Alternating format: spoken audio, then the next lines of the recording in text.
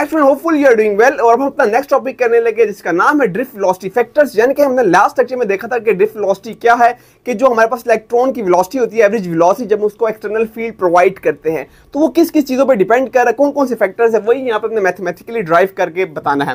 तो स्टूडेंट सबसे पहले हम यहाँ पे एक कंडक्टर ले लेंगे, ये कंडक्टर ले लेंगे जिसकी कोई ना कोई एल लेंथ होगी, और यहाँ पे इसका कोई ना कोई यहाँ पे क्या क्रॉस सेक्शनल एरिया, ये वाला जो है इसका क्या क्रॉस सेक्शनल एरिया स्टूडेंट, ये बीच वाले इससे वो बोलते हैं, ये इनसाइड ये वाला जो एरिया इसको हम बोलते हैं क्रॉस सेक्शनल एरिया। डन हो गया। ओके।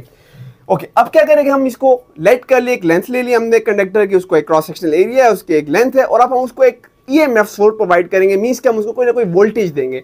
तो यहाँ पर अब इसको हम कनेक्ट कर देंगे, कुछ ना कुछ इसके साथ कनेक्ट कर देंगे, कोई ना कोई ईएमएफ सोर्स लगा देंगे। ठीक है, यानी कि हमने बैटरी के साथ इसको क्या कर दिया, कनेक्ट कर दिया। डन, ये हमारे पास कंडक्टर था और ये हमने इसको क्या कर दिया, कनेक्ट कर दिया ईएमएफ बैटरी सोर्स के साथ। ओके, अब ऑब्वियसली बात है हमारे पास तभी जब सोर्स इसलिए दिया ताकि हम इसकी कैलकुलेट कर सके ड्रिफ्ट वेलोसिटी। अगर एक्सटर्नल फील्ड नहीं होगा तो फिर तो कैलकुलेट ही नहीं कर सकते थे, तो दैट्स व्हाई हमने यहाँ पे इसको बैटरी सोर्स के साथ जोड़ा।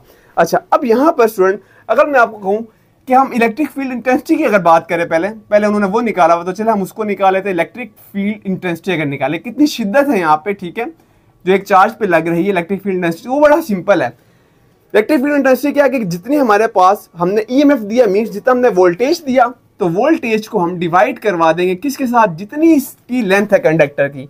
अगर ये हमें पता हो, इन दोनों को हम आपस में डिवाइड करवा दें लेंथ ऑफ कंडक्टर, तो हमें ये पता चल जाएगा कि पर यूनिट चार्ज पे कितनी शिद्दत से इलेक्ट्रिक फील्ड लग रही है।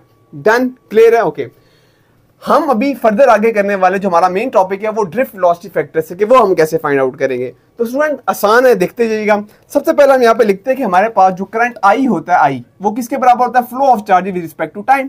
डन, ओके, इसको हमने नाम दे दिया क्वेश्चन नंबर 1 का। अब हमें पता है स्टूडेंट जो चार्ज होता है, चार्जेस, अब एक इलेक्ट्रॉन पे जितना चार्ज होता है, जितना इलेक्ट्रॉन पे चार्ज होता है उतना ही प्रोटॉन पे चार्ज होता है। तो एक इलेक्ट्रॉन पे जो चार्ज होता है उसको हम ऐसे लिख देंगे कि इलेक्ट्रॉन पे कि जो चार्ज है इलेक्ट्रॉन पे कितना पड़ा हुआ है, तो Q इज इक्वल टू ई, कितना चार्ज है कि इलेक्ट्रॉन पे। तो अगर नंबर ऑफ इलेक्ट्रॉन्स होंगे, ठीक है, तो हम उस पर क्या करेंगे स्टूडेंट, यहाँ पे इसके साथ क्या लगा देंगे, एन लगा देंगे। वैसे तो यहाँ पे हम छोटा एन यूज करते हैं, लेकिन मैं यहाँ बड़ा लगा रहा हूँ क्योंकि उन्होंने डेंसिटी के लिए छोटा एन लिया हुआ, तो फिर वो कंफ्यूजन ना हो जाए, दैट्स व्हाई हम यहाँ पे कैपिटल एन ले रहे हैं। नंबर ऑफ चार्ज बता रहा है, यानी कि अगर एक इलेक्ट्रॉन पे 1.6 मल्टीप्लाई 10⁻⁻19 चार्ज है, तो नंबर ऑफ इलेक्ट्रॉन्स पे कितना होगा, यहाँ मैं एन लगा दूंगा। आसान लफ्जों में मान लो कि अभी आसान लफ्जों में समझा, एक इलेक्ट्रॉन पे मान लो कि 1 चार्ज है, ठीक है, तो अगर नंबर ऑफ इलेक्ट्रॉन्स होंगे तो मैं क्या करूंगा, यहाँ पे जो भी इलेक्ट्रॉन की वैल्यू है, इलेक्ट्रॉन की वैल्यू कितनी आ गई मेरे पास स्टूडेंट, 1 है यहाँ पे, तो n के साथ हम इलेक्ट्रॉन को मल्टीप्लाई, मतलब अगर 2 चार्ज चाहिए तो मैं क्या करूँगा, 2 को मल्टीप्लाई करवा दूंगा 1 के साथ, तो मेरे पास 2 आ जाएगा। अब इस तरह n, ये हमें अगर 3 चार्जेस है इलेक्ट्रॉन के, तो 3 मल्टीप्लाई बाय 1 करवा दूंगा तो 3 आ जाएगा। तो एक इलेक्ट्रॉन पे अगर चार्ज होगा तो वो direct Q is equal to E होगा। नंबर ऑफ इलेक्ट्रॉन्स होगा तो यहाँ पे क्या यूज हो जाएगा, यहाँ पे n यूज कर लेंगे। बात आ गई समझ। ओके, अच्छा, अब फर्दर आगे जाते हैं स्टूडेंट। यहाँ पर इसको हम नाम दे देते हैं क्वेश्चन नंबर 2 का। क्लियर। ओके, अब हम डेंसिटी देखते हैं, क्योंकि इस कंडक्टर की कुछ ना कुछ डेंसिटी है। ओके, तो हमें पता है वैसे जो डेंसिटी का फर्दर में यहाँ का स्टूडेंट, जो डेंसिटी होता है उसको हम रो से लिखते हैं, लेकिन यहाँ पे हम इस रो को पहले से लिखते हैं, रो डेंसिटी बराबर होता है मास डिवाइडेड बाय वॉल्यूम। ऐसा है कि नहीं है, ठीक है। अब इस डेंसिटी को हम रिप्लेस कर देंगे किसके साथ, एन के साथ। इसको हमने रिप्लेस कर दिया एन के साथ, कि डेंसिटी को बता रहा है। अब जो मास है वो इस कंडक्टर के अंदर जितने नंबर ऑफ इलेक्ट्रॉन पड़े हुए, नंबर ऑफ इलेक्ट्रॉन, वही क्या इस कंडक्टर के अंदर मास बना हुआ है। तो यहाँ मास की जगह मैं क्या लिख दूंगा, जो भी मेरे पास नंबर ऑफ इलेक्ट्रॉन्स पड़े हुए कंडक्टर के अंदर। क्लियर। और वॉल्यूम में क्या आ जाएगा, वॉल्यूम को क्या मैं ऐसे नहीं लिख सकता, हमें पता है ना कि वॉल्यूम जो होता है स्टूडेंट वो बराबर होता है length multiply by width multiply by height. ऐसा है कि नहीं है। और कोई भी चीज इन दोनों में से 2 ले ले तो वो एरिया के बराबर होता है, क्योंकि ये इंटरचेंजेबल होता है। तो क्या मैं यहाँ पे ऐसे नहीं लिख सकता कि किसी भी 2 को हम ऐसे कर लेते हैं कि V बराबर हो जाए L मल्टीप्लाई बाय, इन दोनों को मल्टीप्लाई करवा के एरिया आ जाएगा। तो ऐसे लिख सकता हूँ कि नहीं लिख सकता। देखो ना, एरिया किसके बराबर है, हाइट और विड्थ। कोई भी ये आपस में इंटरचेंजेबल होता है। एरिया लाजमी नहीं है कि लेंथ मल्टीप्लाई बाय विड्थ हो, अगर हाइट और विड्थ को भी मल्टीप्लाई करवा दे, किसी भी 2 यहाँ पे डायमेंशन को मल्टीप्लाई करवाएंगे तो एरिया आ जाता है। तो यहाँ पे मैं इसको ऐसे बिल्कुल लिख सकता हूँ कि लेंथ मल्टीप्लाई बाय ए, क्योंकि ये वॉल्यूम की ही तो बराबर है, एक के अंदर 2 और फर्दर क्वांटिटीज है। डन हो गया। अच्छा, अब ये जो नंबर ऑफ इलेक्ट्रॉन्स है स्टूडेंट, ये वाला, इसको फर्दर यहीं पे कर रहा हूँ, एन इक्वल आ गया, नंबर ऑफ इलेक्ट्रॉन को हम कैपिटल एन से लिख रहे हैं और डिवाइड हो रहा है L multiply by A. Done हो गया। ओके, फर्दर अगर हम इसको यहाँ पे डिवाइड हो रहा है, वहां जाएगा तो मल्टीप्लाई हो जाएगा, तो कैपिटल एन किसके बराबर, देखो डिवाइड वहां जाके मल्टीप्लाई हो जाएगा, तो कैपिटल एन हमारे पास आ जाएगा N multiply by L multiply by A. Clear, इसको नाम दे देते हैं हम इक्वेशन नंबर 3 का। अब यहाँ पे हम पुटिंग करेंगे, पुटिंग इक्वेशन 3 इन 2, हम इसको 3 को पुट कर देंगे 2 के अंदर यहाँ पर, ठीक है, इस n के अंदर। ये जो n है यहाँ पे मैं इसको ग्रीन कर देता हूँ ताकि इधर समझने में आसानी हो जाए। ये n की वैल्यू यहाँ पे क्या कर देंगे, हम पुट करने वाले हैं, ठीक है। तो हमारे पास स्टूडेंट देखिएगा क्या हो जाएगा, q इक्वल आ जाएगा n के अंदर वैल्यू पुट करें n multiply by l multiply by a, और साथ क्या आ जाएगा, ये e आ जाएगा। ओके, इसको हम नाम दे देते हैं इक्वेशन नंबर 4 का। ये आ गई मेरे पास इक्वेशन नंबर 4। इसको मैं यहाँ से इरेज कर देता हूँ साइड से, ठीक है। ये आ गया हमारे पास इक्वेशन नंबर 4। क्लियर, अब इसको फर्दर हम पुट करेंगे, पुटिंग दिस, ठीक है, पुटिंग इक्वेशन 4 इन 1, q आ चुका है जो कि हमने यहाँ पे पुट करना है। तो यहाँ पे हमें पता है i किसके बराबर था student, q divided by t के।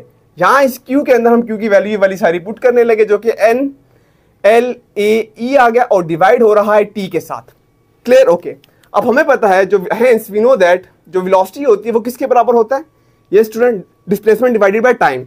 तो जो डिस्प्लेसमेंट है वो शॉर्टेस्ट डिस्टेंस बिटवीन 2 पॉइंट है और वो किसके बराबर होगा, वो l के बराबर होगा। तो मैं लिख सकता हूं कि l divided by respect to time. ये बात आ रही समझ, हमें पता है जो वेलोसिटी होती है वो किसके बराबर होता है, displacement divided by time. Displacement obviously बात है एक लेंथ है, तो यहाँ पे मैं कह सकता हूँ वेलोसिटी बराबर हो जाएगा length divided by time. Clear, okay. तो इसको फर्दर इधर से देखिएगा स्टूडेंट, जगह बहुत लिमिटेड है, i इक्वल आ जाएगा हमारे पास, और यहाँ पे मैं n a e लिखा और multiply by l divided bye t, ऐसे इस चीज को लिख सकता हूँ, बिल्कुल लिख सकता हूँ। अब l और t की जगह हम क्या पुट कर देंगे, v पुट कर देंगे। तो i इक्वल आ जाएगा n a e और साथ क्या आ गया स्टूडेंट मेरे पास, साथ मेरे पास ये इसकी जगह v आ गया। क्लियर, ये v ड्रिफ्ट वेलोसिटी थी तभी हमने यहाँ पे v लेकर आए। ये मल्टीप्लाई हो रहा है यहाँ पे, नीचे जाके i के साथ क्या हो जाएगा, divide, i divided by n a e और ये आ गया मेरे पास v वेलोसिटी।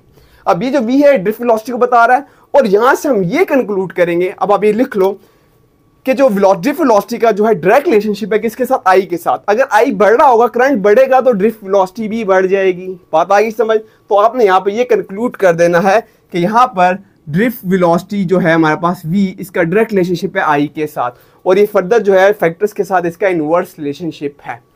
तो यही फैक्टर्स थे सारे ड्रिफ्ट वेलोसिटी के जो हमने फाइंड आउट कर लिए। अब यहाँ पे क्वेश्चन बन जाता है एसएलओ बेस्ड कि हमारे पास फ्री इलेक्ट्रॉन डेंसिटी क्या होता है और करंट डेंसिटी क्या होता है। तो बड़ा आसान है, फ्री इलेक्ट्रॉन डेंसिटी वही वाला जो हमने यहाँ पे फाइंड आउट किया था कि नंबर ऑफ इलेक्ट्रॉन्स कितने वॉल्यूम में से जा रहे हैं। वॉल्यूम में हमें length multiply width multiply height सब ले लेते हैं।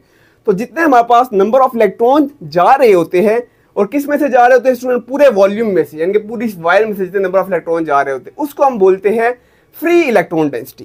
क्लियर, करंट डेंसिटी को हम जे से लिखते हैं, करंट डेंसिटी को हम जे से लिखते हैं, और ये हमारे पास वो करंट होता है वो जो कि जस्ट हमारे पास क्रॉस सेक्शनल एरिया में से जा रहा होता है। यानी कि अगर इस पूरे हम इसको कंसीडर करें, इसका पूरा volume length width multiply by height सब कंसीडर करें, और अब इसके अंदर अगर मैं इलेक्ट्रॉन की डेंसिटी देखूंगा तो उसको हम बोलते हैं फ्री इलेक्ट्रॉन डेंसिटी।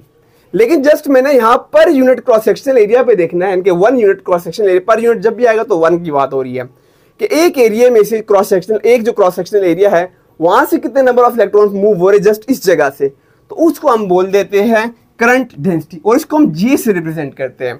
तो इसका तो फॉर्मूला ये था एन डिवाइडेड बाय वॉल्यूम, इसका जे से हम रिप्रेजेंट करते हैं current divided by cross sectional area. अब यहाँ पर हेंस वी नो दैट, यहाँ पे देखिएगा स्टूडेंट, जो हमारे पास आई था वो किसके बराबर है, ये ऊपर हमने निकाला था एन ए ई बी के निकाला था, वेलोसिटी है ये हमारे पास, ठीक है।